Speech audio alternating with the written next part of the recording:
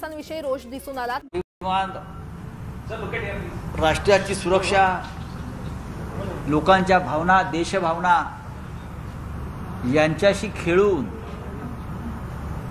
Emotional blackmail करून INS विक्रांतच्या नावावर कोट्यवधी रुपये गोळा करणं आणि त्या पैशाचा अपहार करणं हा एक भयंकर अपराध आहे आणि त्या अपराधाला कठोर शिक्षा व्हावी, देशद्रोहासारखा गुन्हा दाखल व्हावा आणि सरकारनं त्यावर फक्त राज्य सरकार नाही तर केंद्र सरकारनं सुद्धा सुमोटो ॲक्शन घ्यावी अशी आमची भूमिका आहे। अर्थात आता राष्ट्रीय बाण्याचे कार्यकर्ते ठिकठिकाणी महाराष्ट्रात जर तक्रारी दाखल करत असतील तर त्यांच्या भावना भारतीय जनता पक्षानं समजून घेतल्या पाहिजे। आणि सकाळीच मी माननीय देवेंद्र फडणवीस यांचं वक्तव्य ऐकलं। INS विक्रांतच्या संदर्भात पैशाचा अपहार करणाऱ्या किरीट सोमय्या यांची ते ज्या पद्धतीनं वकिली करत होते मला आश्चर्य वाटलं। स्वतःला प्रखर राष्ट्रवादी म्हणवणारे, हिंदुत्ववादी वगैरे म्हणवणारे हे पक्ष आणि त्यांचे नेते INS विक्रांतच्या संदर्भात केलेला घोटाळा, जो बोफर्स, राफेल, ऑगस्टा वेस्टलँड, बरं का, या घोटाळ्यांपेक्षाही मला अत्यंत गंभीर वाटतो। प्रश्न पैशाचा नसून प्रश्न राष्ट्रभावनेचा। आणि भारतीय जनता पक्षाचे राज्यातले प्रमुख नेते, विरोधी पक्ष नेते या घोटाळ्याचं समर्थन करत होते। हे छत्रपती शिवाजी महाराजांच्या महाराष्ट्राचं दुर्दैव आहे। हिंदुत्वाचा नकली गजर करणाऱ्यांचं खरं रूप यातून बाहेर पडलेलं आहे। विक्रांत हा संपूर्ण देशाच्या स्वाभिमानाचा, अभिमानाचा विषय असताना सुद्धा अनेक सैनिकांचं बलिदान त्या विक्रांतने पाहिलेलं आहे। पाकिस्तानची फाळणी ज्या विक्रांतने घडवली, विजय प्राप्त करून दिला, त्या संदर्भातला भ्रष्टाचार डोळ्यासमोर ढळढळीत पुरावे असताना, दिलेले असताना पुरावे कुठे आहेत असं मूर्खासारखं बडबडणाऱ्यांचं समर्थन जर आमचे राज्याचे विरोधी पक्षनेते, महाराष्ट्राचे माजी मुख्यमंत्री, नकली हिंदुत्वाचे पुरस्कर्ते बाजू घेतात। पण सर, शरद पवारांची पत्रकार परिषद होण्यापूर्वी भाजपकडून अशी एक चर्चा पेरली गेली की मातोश्रीपर्यंत तपास यंत्रणा पोहोचले म्हणून शरद पवार हे पंतप्रधानांना भेटले। बघा, अशा पेरण्या किती केल्या तरी पीक येणार नाही। करू दे ना पेरण्या, त्यांचं अख्खं आयुष्य याच्यामध्ये गेलेलं आहे ना। बातम्या पेरणं, कुजबूज करणं, करू द्या। या भेटीबद्दल वक्तव्य करताना भाजप नेते सुधीर मुनगंटीवार यांनी असं म्हटलं पवार मोदी भेटीवरती की शिवसेनेसोबत आमची जितकी कटुता आहे तितकी राष्ट्रवादीसोबत नाही। त्यांच्या नेत्यांची वक्तव्य गेल्या काही महिन्याभरातली माननीय पवार साहेबांविषयीची समजून घ्या। विशेषतः काल परवाचे पक्षात आलेले आहेत नेते म्हणत नाही, त्यांनी माननीय पवार साहेबांविषयी ज्या पद्धतीची वक्तव्य केलेली आहेत दुर्दैवी, हे समजून घ्या। सुधीर मुनगंटीवार हे महाराष्ट्राच्या भारतीय जनता पक्षाचे जुन्या फळीतले नेते आहेत। त्यांच्याबरोबर आम्ही फार जवळून काम केले, मी त्यांना ओळखतो। पण त्यांनी त्यांच्या भावना जरी किती असल्या तरी माननीय शरद पवार प्रधानमंत्र्यांना का भेटले, काय चर्चा झाली, त्यांच्याकडे जी माहिती आहे त्यापेक्षा जास्त माहिती माझ्याकडे आहे। अमित शहाना म्हणलात की डोळ्यात डोळे घालून बोलू शकता काय, आंख में आंख डालकर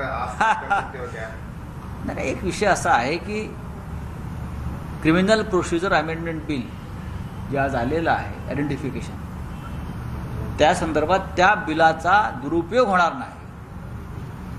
या देशामध्ये केंद्रीय तपास यंत्रणा, पोलीस आणि कायद्याचा गैरवापर होत नाही आणि होणार नाही असं गृहमंत्र्यांनी सांगितलं। त्याचं मी कौतुक केलं। पण मी त्यांना एवढंच विचारलं, आपण जे सांगताय की कायद्याचा आणि केंद्रीय तपास यंत्रणांचा दुरुपयोग होणार नाही, हे तुम्ही आमच्या डोळ्यात डोळे घालून बोलू शकता? पण अमित शहाने उत्तर दिले की तुमच्यात हिंमत आहे का डोळ्यात डोळे घालून बोलायचे? मीच तो वरवून बोललो ना, त्यांनी माझं नावही घ्यायला घाबरले। पण तुम्हाला हे काय रोखलं गेलं प्रकरण सर. असं म्हटलंय? अहो मला बोलूच दिलं नाही. तुम्हाला रोखलं गेलं. मी तर माझ्या भाषणात हिमतीने बोललेलो आहे, डोळ्यात डोळे घालून सांगा हे म्हणून. नाही, सभापतींनी म्हटलं की तुमचं बोलणं रेकॉर्डवर पण घेतलं जाणार नाही. हाच तर अन्याय आहे ना. हाच तर अभिव्यक्ती स्वातंत्र्य, संसदेचा अधिकार याचं हनन हे तुम्हाला स्पष्ट दिसतंय. माझ्यासारख्या माणसाला बोलू दिलं जात नाही, तरी हिमतीने आम्ही बोलतोय आणि बोलल्याबद्दल आम्ही अनेक कारवायांना सामोरं जातोय. देशाच्या स्वातंत्र्याचा नवीन लढा सुरू झालेला आहे, लक्षात घ्या, आणि त्यासाठी आम्ही बलिदान द्यायला तयार आहोत.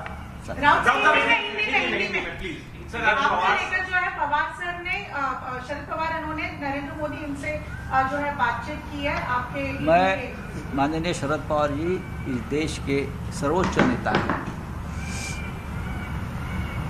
जो अपोजिशन है, अपोजिशन का जो एकजुट हो रहा है उनके मार्गदर्शक है, सभी को प्रिय नेता है सभी के.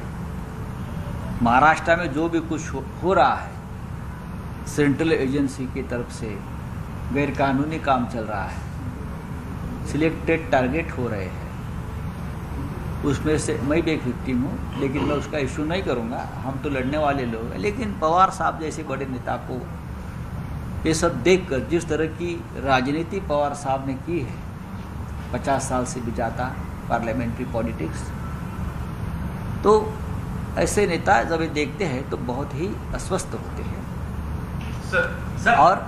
और प्रधानमंत्री जी को मिलकर अपनी बात बताते हैं.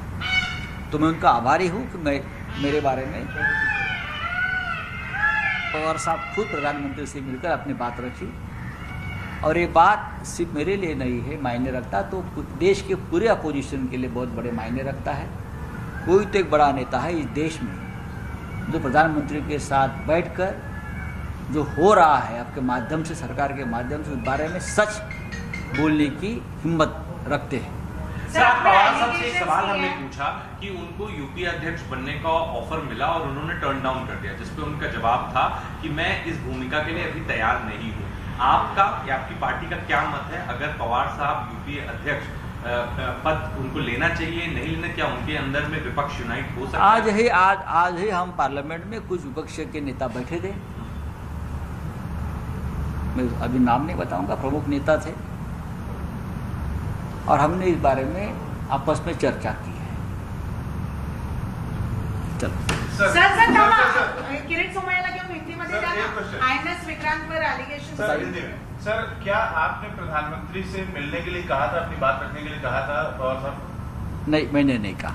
सर, आईएनएस विक्रांत मैंने नहीं कहा, लेकिन जब से मेरे ऊपर और मेरे परिवार के ऊपर गैर कानूनी ढंग से जो एक्शन चल रहा था, तब से पवार साहब, महाराष्ट्र के मुख्यमंत्री उद्धव जी अस्वस्थ थे, बहुत डिस्टर्ब थे, बार बार मेरे संपर्क में रहते थे. उन्हें मालूम था ये गैरकानूनी चल रहा है, ये दबाव की राजनीति है, धमकाने की कोशिश चल रही है मेरे और मेरे परिवार को. तो दोनों इसकी भी बात हो रही थी.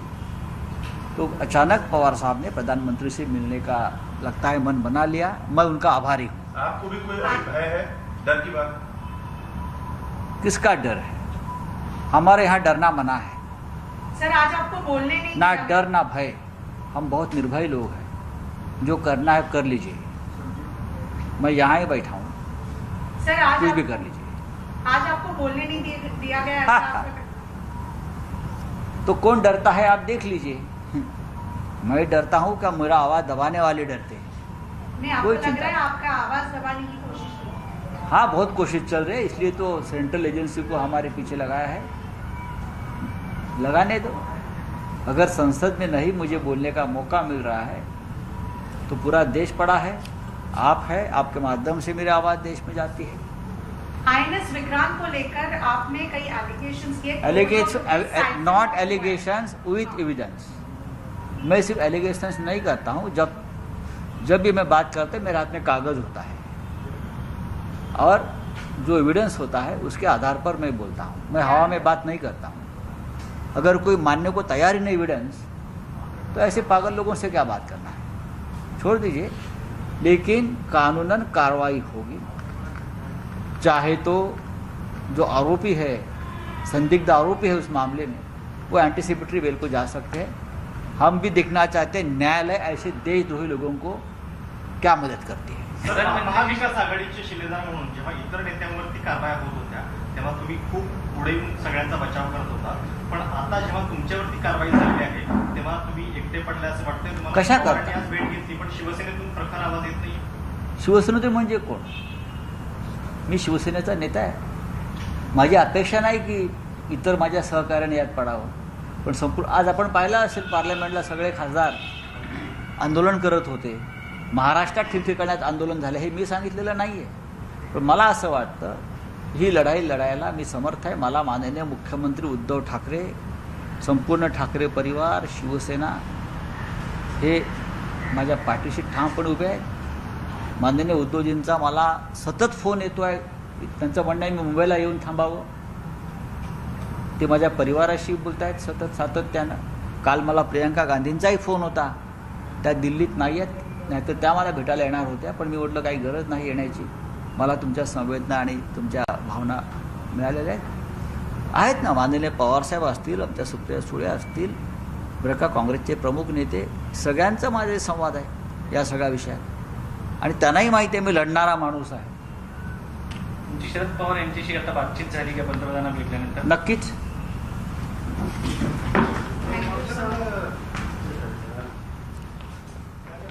शिवसेनेचे नेते खासदार संजय राऊत यांनी आत्ताच पत्रकार परिषदेच्या माध्यमातून स्पष्टपणे सांगितलं केंद्रीय तपास यंत्रणांच्या माध्यमातून कसं आपल्याला टार्गेट केलं जात आहे आणि याच मुद्द्याच्या संदर्भात आपण पीडित आहोत आणि आपली कैफियत जी आहे किंवा केंद्रीय तपास यंत्रणांच्या माध्यमातून राज्यात जे सुरू आहे त्याच्याबद्दलची माहिती ही पंतप्रधान नरेंद्र मोदी यांच्यापर्यंत शरद पवार यांनी पोहोचवलेली आहे आणि आपण झुकणार नाही, आपण लढणार आहोत आणि लढवय्या आहोत असं सांगत त्यांनी एक प्रकारे भाजपला पुन्हा एकदा आव्हान दिलं.